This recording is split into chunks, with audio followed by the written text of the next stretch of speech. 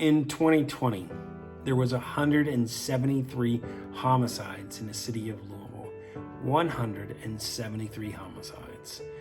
80% of those homicides took place in a 4-mile radius in West Louisville.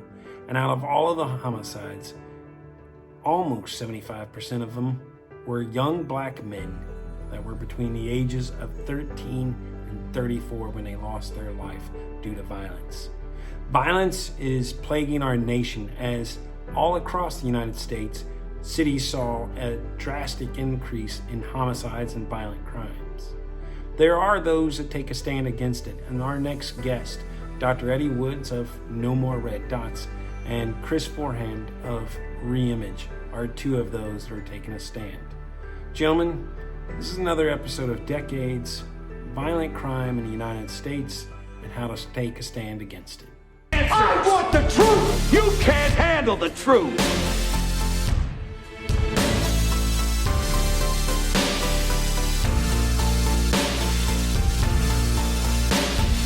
Mr. Gorbachev, tear down this wall.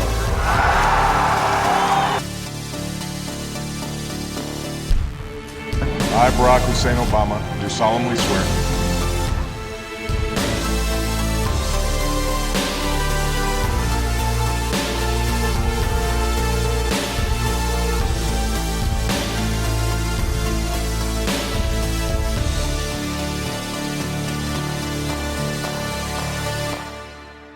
I did not have sexual relations with that woman. Another plane just hit. Right, oh my God, another plane has just hit. It hit another building.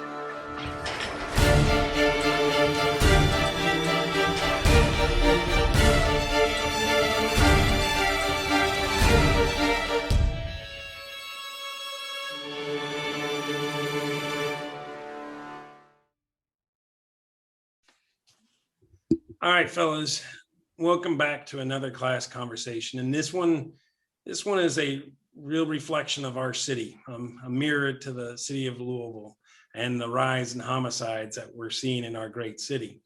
Joining us today is Dr. Eddie Woods of No More Red Dots and Mr. Chris Forehand of ReImage. Gentlemen, thank you so much for being a part of our class. Once more, you were with me last year. I really appreciate you coming back again. Glad to do it.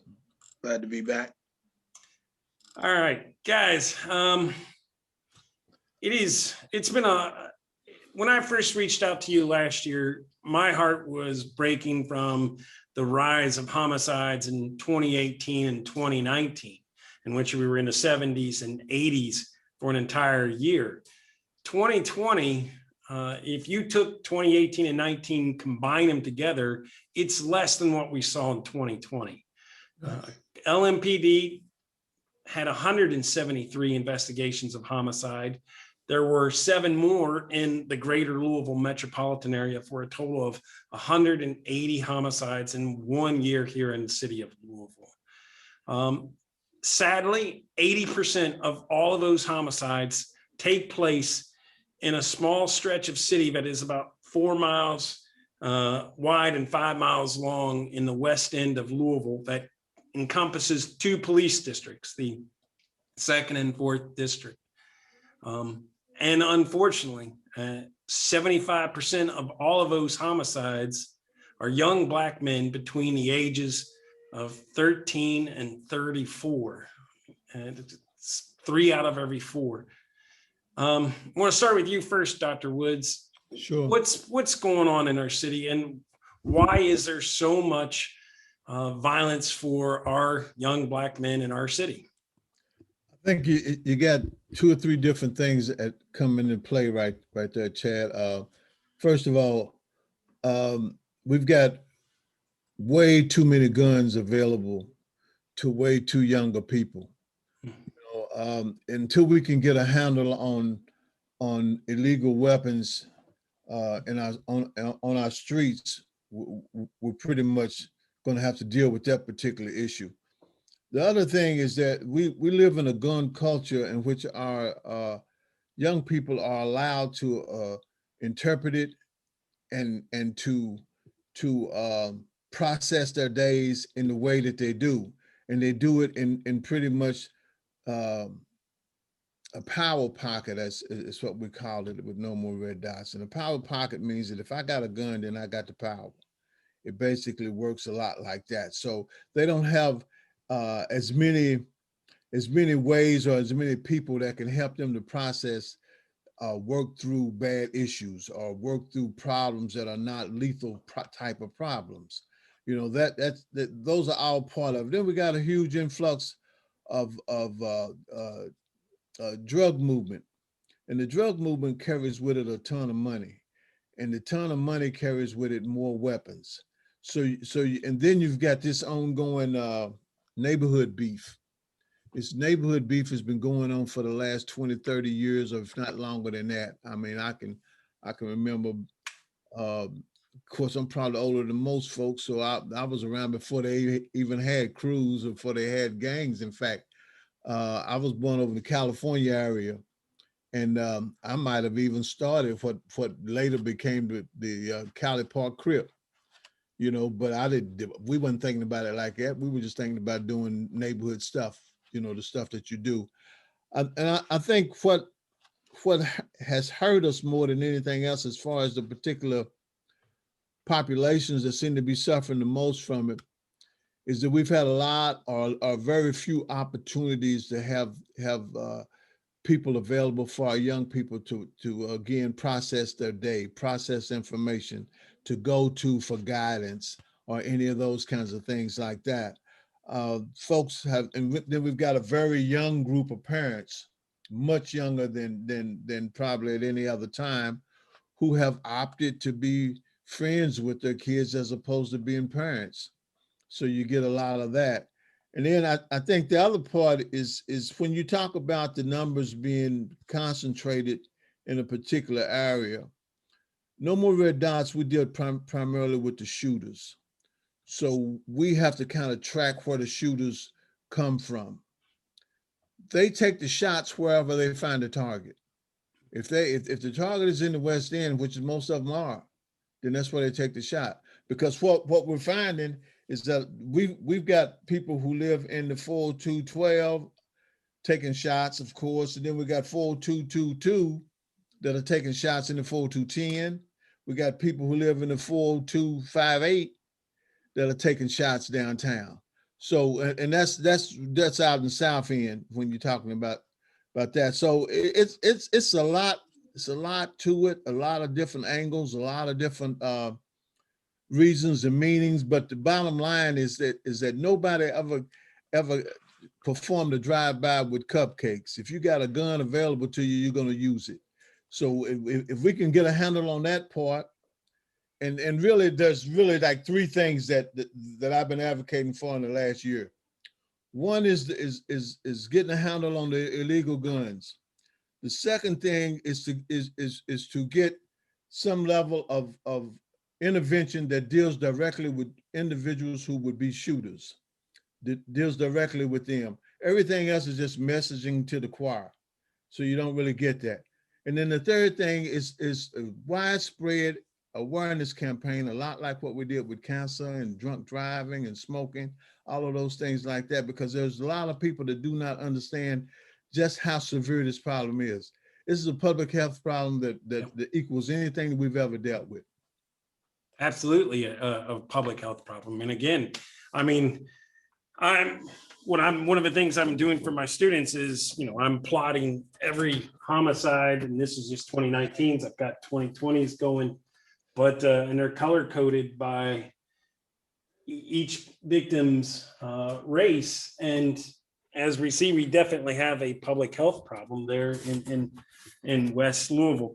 Now, Chris, last year when you were in my classroom, you brought forth some insight into the reasons why the youth might be interested in the drugs and the drug money. Could you revisit that?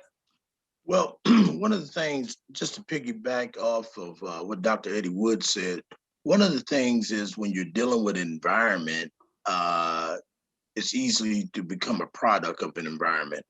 I have a rap artist that I consult, and he used to be my stepson when he was young. And one of the reasons that he's rapping is because of me.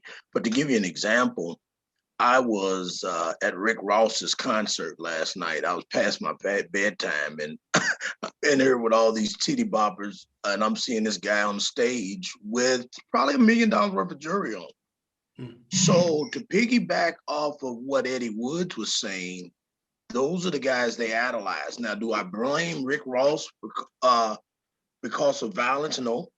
But I also seen guys in there that probably had $10,000 worth of spending money on them. That's the culture that you're dealing with. Tickets was $75, $3,000 to get you 4 feet away from Rick Ross with a couch and some Dom Perignon and some Moet. And I'm sitting here and I'm like, you know, back in the days, rappers was on stage and they would go in and they had stage shows. I'm seeing this multimillionaire walk around stage and just quote these lyrics. Well, he would sing a little bit and then the crowd would sing a little bit. I say all that to say this: not only are you dealing with poverty, you're dealing with a culture that's $1 billion culture. What are you talking about? $1 billion culture. It's cool to pack a gun. Shoot, there was security guards in there with machine guns. I mean, with machine guns out, you know, and I think like Eddie, like Dr. Woods said, it's become all right. It's, you know, to have a gun, I'm gonna protect myself, and you know, what's the rapper Jack Harlow? Yeah. His DJ killed a girl at a club on Derby. That's why Jack Harlow he was supposed to announce the horses coming to the race. Well, his DJ killed a girl. Well, this is the second person that this guy's killed. Well, she tried to hit him with a champagne bottle. So I say all of that to say this: it's how did the gun they had the things they had the wands where you could, you know, metal detectors and all that. But who's going to check a celebrity DJ? So it's like, it's the culture, it's drug money, it's this girl that got killed, he had killed another girl. It's ongoing beefs. It's, you live out in Newburgh and we're the Victory Park Crips. So it's a number of things, but I think a lot of it comes and is motivated by a culture, and it's motivated also by a lot of beefs in neighborhoods and things of that nature. So yeah, that's pretty much sums it up, and a whole lot of money. We can't leave the H word heroin out. Yeah. Heroin has brought a lot. You thought cocaine was something.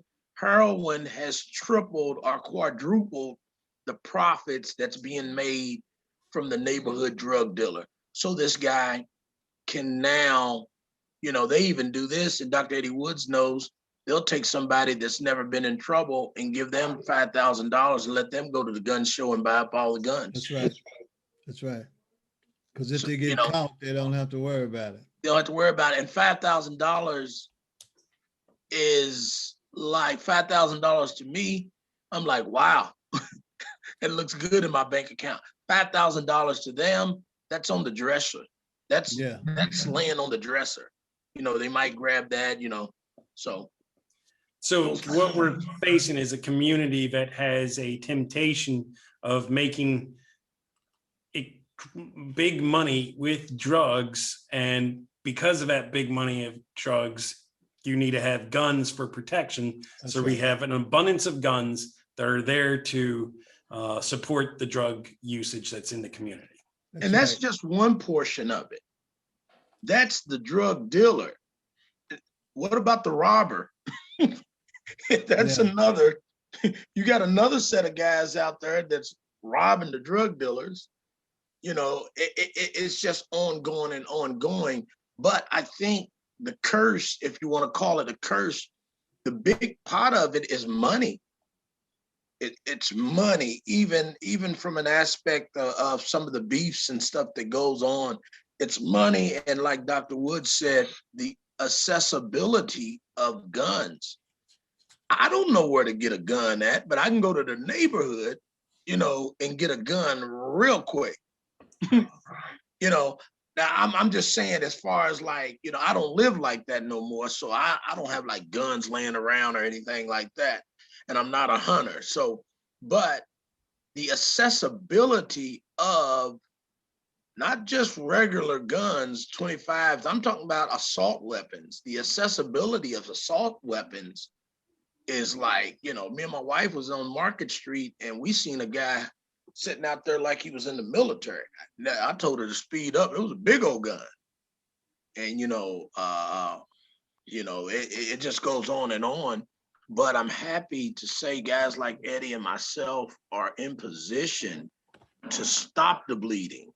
I don't never think you're going to totally be able to stop it, but we can stop the bleeding by information and educating the people that we're dealing with. I'll give you another example. I ain't gonna say no names to protect the innocent. I have a program called auto sales program where I train at-risk youth to be auto salesmen.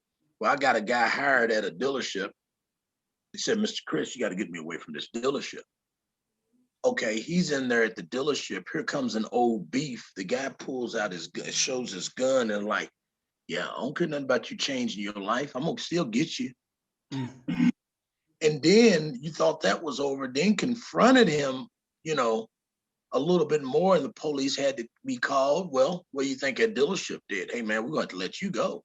They probably never seen nothing like that. Yeah. But like Dr. Woods was saying, they got a thing called on site. They don't care if you're at the dealership, you're with grandma, coming out of the church. It doesn't care, because the bigger issue is you got shooters out here, and the shooter doesn't care, and then you got paid hits, and it goes on and on and on. I mean, one of the victims of 2020 was a 3-year-old girl on August 14th. She was just in her yard playing in her little frozen castle, and her name was Trinity, and she was caught in a crossfire, and it was Chris, one of our victims of 2020, and I'm so sorry about this, is your oldest son, Todd.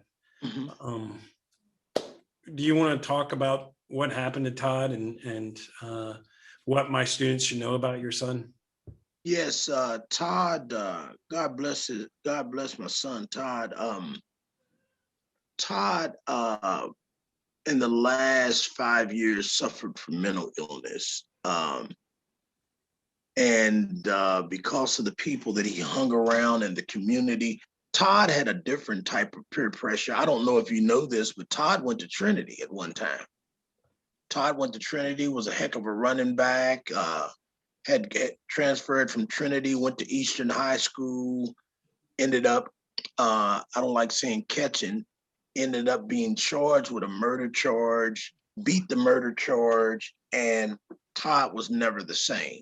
I think Todd, which would be a good segue, Todd was confronted with peer pressure in the first degree. As crazy as it sounds, this is what they used to torment Todd with in the neighborhood, which Todd lived off of 34th and Southern over there in the Park Duval area. His mom lived over there, and he played for the West End Yellow Jackets. But here's what the guys in the hood would tell Todd. Your daddy's a preacher, you go to all boys school. So what happened to Todd is, on top of the mental illness, which I had never been affected with mental illness. I've seen it from afar, and we would label, oh, this guy's crazy, or, but I seen it firsthand with my son. And the peer pressure led him to start hanging with gangbangers. He wanted to prove himself, not only on the football field, but he wanted to prove himself from a standpoint of, I'm tough. Here's the crazy thing. The gangbangers didn't want him hanging around them. They would say stuff like, go home, man. You man, you're a heck of a football player.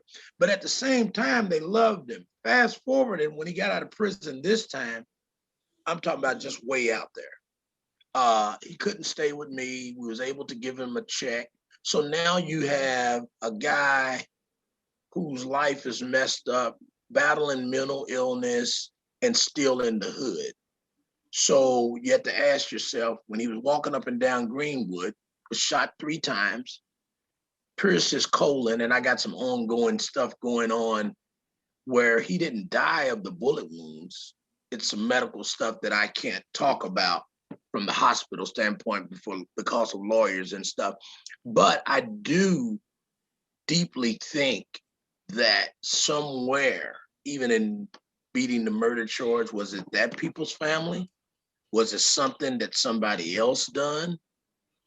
Who knows? But all I do know that is he was on Greenwood in this red dot area, and because of violence, and I can say his acquaintance with bangers, because that's all he talked about. You know, I'm a blood. You know, I think over there they bloods, ain't they? That's right. You're right. They bloods. Yeah. So my son wouldn't buy a blue tennis shoe. He gonna buy a red tennis shoe. Right. So I'm saying to myself, Chad, I'm saying to myself, I took him to church, went to a wonderful high school, Trinity and Eastern High School.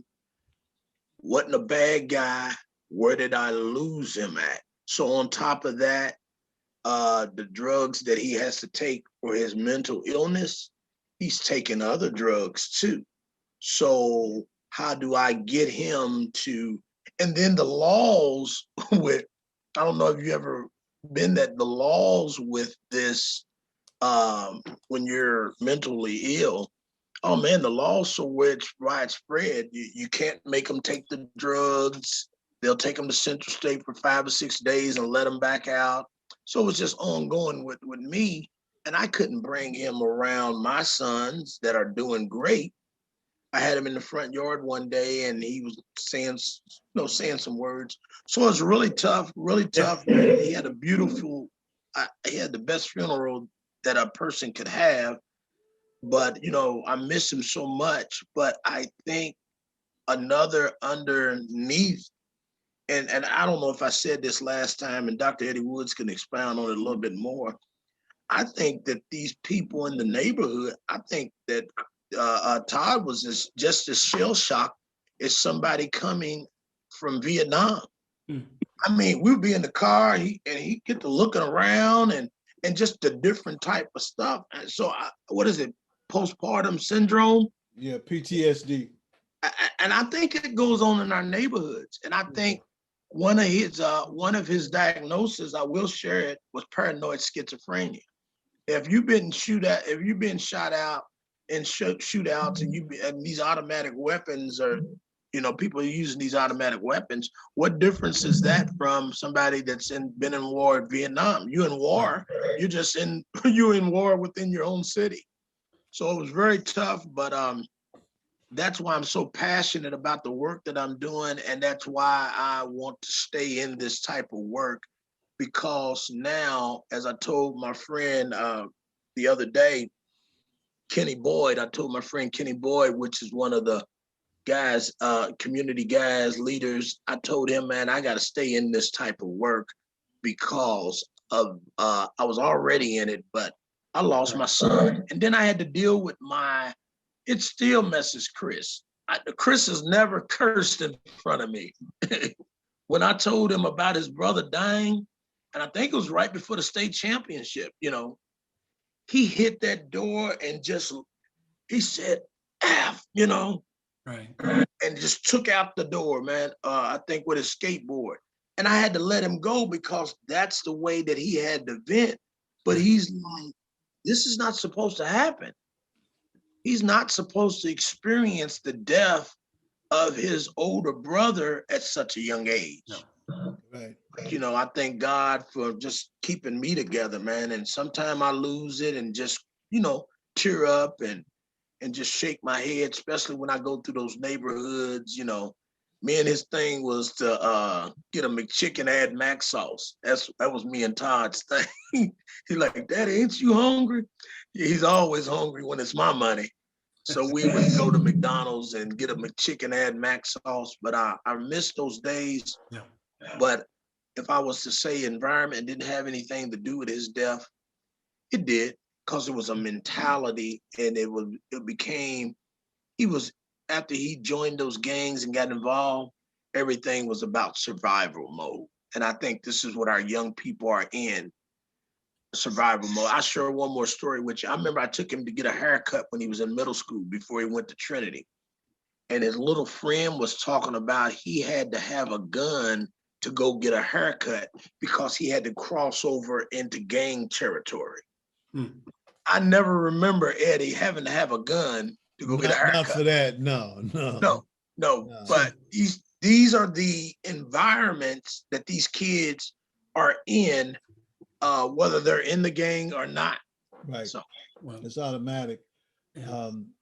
To expand just a little bit on what Chris was saying, that a lot of our young people that we deal with, and like I said, we deal primarily with kids who are coming out of DJJ that have gun charges and have been impacted by gun violence.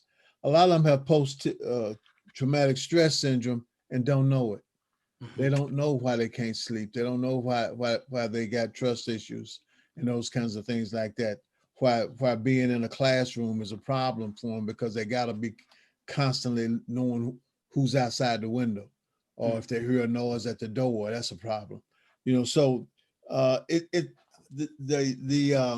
and I feel for you, Chris, because I knew you, boy. I feel like crazy, man. But see, for me, it's people lament the death of a child or two or three. Every year I lament the deaths and shootings of hundreds, because you get to know them and Chris, you know exactly what I'm talking about. You get to know every one of them that you deal with, whether you just not met them or what. Once you get to working with them and trying to get them to the next day and to the next level, and you get to know the parents, and you get to know the movements and all of that, it becomes a part of you.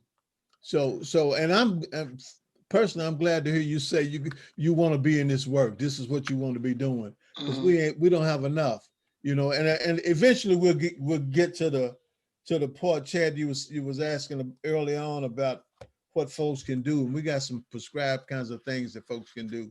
yes. So Dr. Woods, why don't you go ahead and explain exactly what are you doing with No More Red Dots? What is the objective, and how does your organization work in West Louisville? Okay. We primarily, I decided a long time ago, I guess maybe back in about the early 90s, that the only time you're going to really impact gun violence is to work directly with the people with the guns. You can't keep giving messages to folks and hope that it gets to the folks with the gun. It doesn't work like that. So we have evolved into a mechanism now to where we can get young people as they come out of lockup situations, because you got a small window of time that you can work with them. And what we try to do with that group as we get them is to get them involved in programming that can actually, okay, I had something that showed up on my screen. I don't know if it showed up on anybody else's or not. Yeah, it said it's been upgraded or something. All right, okay. So, but the way it works for us, I get notifications on every shooting that happens in the city. We got 541 notifications in 2020. 173, 74 to 180, like you were saying, Chad, turned out to be homicides of some type. So we responded to 123 of those. And what we do in responding to a shooting is try to find out as quick as we can what happened. We've expanded our method of operation now to where we got a very large network of folks in the community who believe in the work we're doing, so they feed us information. If we get lucky, we get the information before something happens. Very few times does that happen, but when we do get a chance to talk to somebody, we do. What we're And to talk to interested in. bees, you're going to go to try to talk them down and give them an Right. alternative. Okay. Right. And some of the people that Chris was talking about, we had opportunities on several occasions to talk them down because they believed in what we were trying to do. They were in my group sessions and so forth. So they would let us know when they wanted to do something to somebody, and hopefully we could talk them down. But the idea is to stop the retaliations. If you slow down the number of shots, you're going to slow down the number of homicides. And that's kind of the philosophy that we use. So we try to attack it from that particular angle. But a lot of our young people are raised in subcultures of violence, where they're taught from a very early age, if somebody does something to you that you don't like, pick up something and hit them, cuss them out, spit on them, whatever you got to do to let them know that you didn't like it.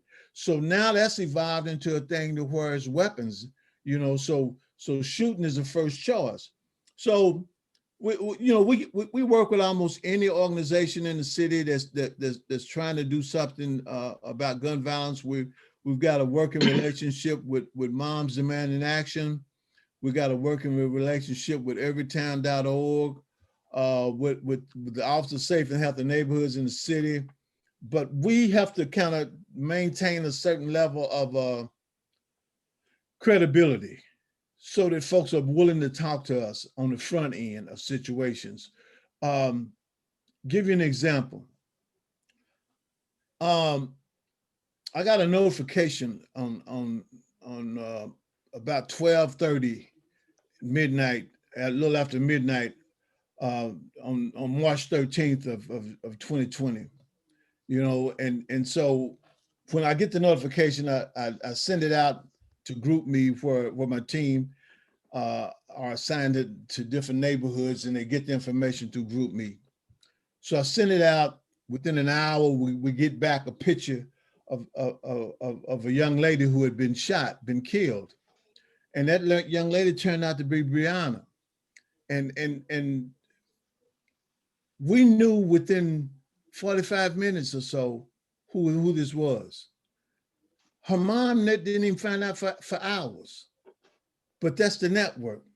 And there's a whole lot more to that I could go into, because that thing started to look fishy from the very beginning, but that's a whole nother conversation. So what we try to do with I got 10 people working with me. Each one of them has their own network. I got my own network, and it all comes together to be one large network of folks who pay attention to what's happening in the community, and they let us know when it involves gun violence. They let us know on the front end of a lot of stuff, domestic violence and these kinds of things like that. We had maybe 90-something suicides last year, but nobody really talks about that, and so far this year, and we've got maybe, we've got probably twice the number of homicides already this year for this time last year. We do. Yeah, we're on pace to go well over 200 homicides this year. Yeah. See, so and so the upside to this whole conversation and what we've been doing with other organizations is we got folks willing to listen to the idea of talking to the shooters, because we've got a database of them. We know who they are. We know where to find them. We know all of that. We got them involved in a lot of our, because these are not some little wild dogs running around the community. These are folks who are in our schools. These are folks who go to our churches. Educated. And all of that kinds of things, that in some cases are mentoring our very young, and I could give you a gazillion different scenarios where they come from decent homes, but when it's all said and done, nobody's talking to them about that extracurricular activity that they do, that we know they do, but in some cases their parents don't know they do. Teachers don't want to believe that they do in some cases because they know them in a different way. Right. And that's kind of how it is. Almost every time a kid gets killed, the first thing you hear is, well, he was such a good kid. He wasn't really into a whole lot of anything. when they're really great kids, when they're around us, top-notch manners. But when they're in their mix, you know, it's beast mode. It's crazy you say that, because even a couple meetings that I had with when Todd was at Trinity, Todd never got in trouble at Trinity. Yeah. Never got in trouble at Eastern High School. Never. The teachers couldn't believe some of the things that he was doing away from school. I did a sermon one time called "In the Meantime, In Between Time." Mm. And in the meantime, in between time is when it goes down. And what I mean about that is, you know, my son Chris does it too. I know he sneaks to a party every now and then. Hey, Daddy, I'm going over such and such. We're gonna do some homework. Come on, man, you're going to a party. You know, and you know. So the thing is, if Chris is sneaking to parties and he's a good kid, what are these other kids doing when they're not around their parents, or when they're subjected to not having money? This guy has 20,000 cash and you don't have $1 to get a hamburger. Right. But you're cool with the guy that has the 20,000 cash, and he's like, hey man, if you hold this, or if you take this over here, and you know, I can get you a gun, I can do this. So it's all part of it. But I agree with Dr. Woods. It's having them talks, because a couple of the guys that I had, I thought I lived in a pretty good neighborhood right out here off Fern Valley. And he said, Mr. Chris, we used to be in shootouts and run through these yards. And I'm like, what? He's like, yeah, we ran all through these yards and was in all kinds of shootouts. And I'm like, this is in my neighborhood. Yeah. And if you look at these kids, these are nice looking kids. Some of them went to Southern High School. Some of them went to Moore, you know, got families and everything. But when they're out in the streets, it's a whole different world that they're involved in. We have a lot of what we call transient crime in Louisville. And that's where you got individuals who live in one particular part of town that's carrying out the crime in another area. But you know, one of our best partners right about now too is JCPS, public schools, as well as all of the schools. And to be quite honest about it, you know, I've got good friends that teach at almost every school in the city, and they let us know when the kid is kind of falling off the scale. Mm. It is not doing what they're capable of doing. Right. Can you check into it? Can you kind of take a look at what's and then the kid might have even been talking a lot of gun talk, and that's good information for us, because then we can get on the front end. Right. As long as it's those kinds of conversations, you know. And I think the other thing too, I had several years ago, I had a bunch of young ladies from Mercy Academy that came down to 32nd and Greenwood that wanted to kind of see how our group sessions were done and so forth. So, and I was basically their guide, you know, down there. But the deal was this: people have to want to know. If you don't want to know, then you always wait to get the bulletin at once, or catch it at 6 o'clock, you know, or something like that, or look online. And that's one of our biggest allies, as well as our biggest curse. We get a lot of information from social media, a ton of it, you know, on both ends. Right. But we also get a chance to look to see who's friends with who, and then kind of vet the friendships a little bit. So it gives us some fun and stuff. Go ahead, Chad. I thought you had something you was gonna say. No, as you're sharing all this, I'm trying to figure out then what is the solution. I mean, is there a solution? You know, you were talking about schools. I mean, is it just we need to support our public schools in the West End more? Is it gun control? Is it a stronger police presence? Or is it something that I'm not even aware of? Well, I think one of the things, I mean, you touched on two of the three, you know, the whole thing of supporting our school systems and better schools downtown. That's huge. That's huge.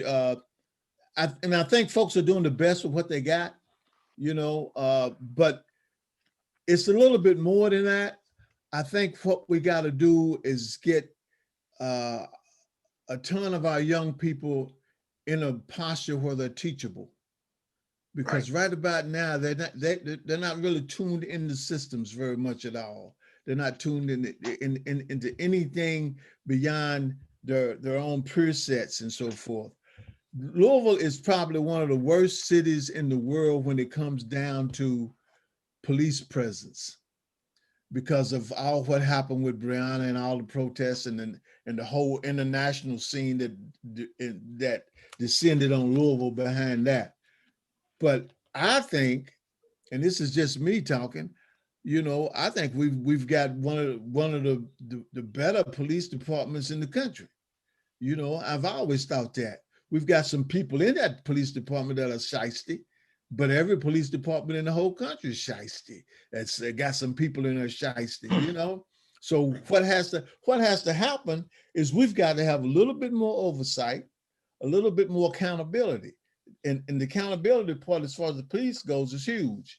If they start policing the police themselves, we might have be onto something here. We might could change the whole flow like that. And then the other part of it is this: we need to make the policymakers aware of just how important just little things like red flag laws and those kinds of things could be huge. If you know that a person has issues, then why would you sell them a gun?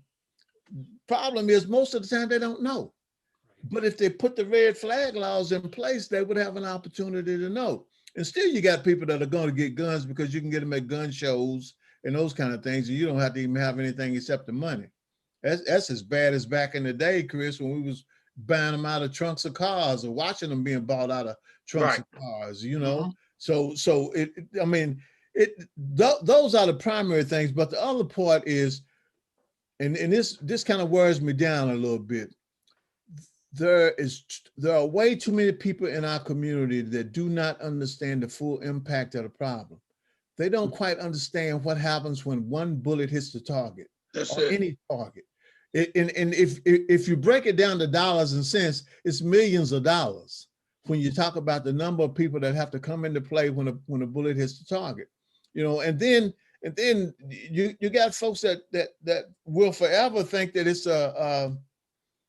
it's everybody else's problem. It's either a police problem or it's somebody else's problem. When in fact, it is all our problem. Gun violence is a community issue. I mean, you don't know when you're going to be making a trip to Kroger. And I can say that because at my Kroger, we had 2 people that got shot, and going to the movies or going to work or going to church becomes an adventure. It becomes way more than it had to be, because we never know when we're going to run into an idiot. Somebody with a gun that has decided this is the day that I make a name for myself. So I'm gonna do what I need to do. So and we're in that kind of society right now. The last 4 years have been complete hell, and we might not never get over it. Yeah, I like to add to that. I was talking to a young guy that they had never been able to introduce new things to. I think part of the trend, you asked what are some of the solutions. I think as these guys learn new things, I had to tell the kid, I said, listen up, man. I said, you might have to move to Shelbyville and sell cars down there, or you might have to move out of town. Some of these things are so severe. If you get a shooter that's really, a person that's going to carry out that vendetta or whatever it might be, they're going to see it through. So one of the things that he liked about the program, and even talking to me, I was giving him solutions that he didn't want to hear. And it's just being upfront with the guys, or having an Eddie Woods to talk to, or somebody to talk to that's going to give you some realistic information that's going to help this guy. Because as well as you have kids that come from good homes, you got guys that's never had a driver's license. You have guys that are recruited by the drug dealers or recruited by the gangs because they don't have it all up here. So they're easily influenced. And that becomes a problem. But if I can take a kid that's easily influenced, hey man, let's go get your driver's license. You ever thought about getting some training over here? So it becomes, the information that I give them becomes a safe haven. You know, wow, I never knew I could get my license.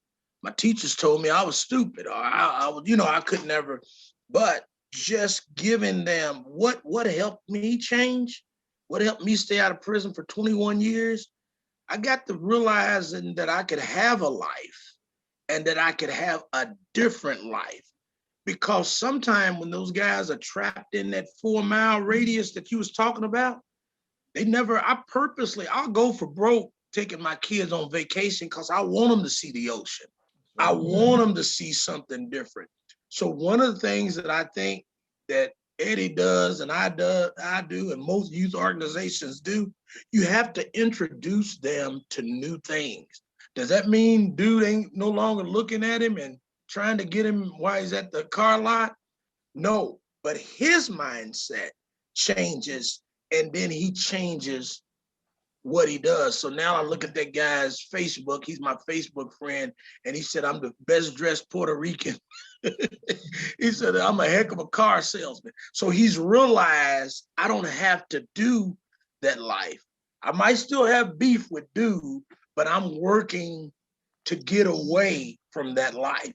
Right. So that's with opportunities and jobs and whatever information that we can give them to get them to turn away from that life. Let me add this too, guys. One of the best things that could be happening right now is happening right here while we're sitting here. So, you know, someone has to want to bring this conversation or bring this information to people that wouldn't normally hear it. You know, so what you're doing with your class, Chad, is huge. Because and it ought to be standard education process to that folks learn about the cultures outside of their own. You know, so it's not really happening enough. But I applaud every teacher that's got the insight and got the courage to try to make that happen. Well, Dr. Woods, let me finish up with one more question for you guys, and we'll make it one that we're going to connect to what you had just said a few moments earlier. And that is, it's not a neighborhood problem of just a certain neighborhood. This is an entire community problem. Yes.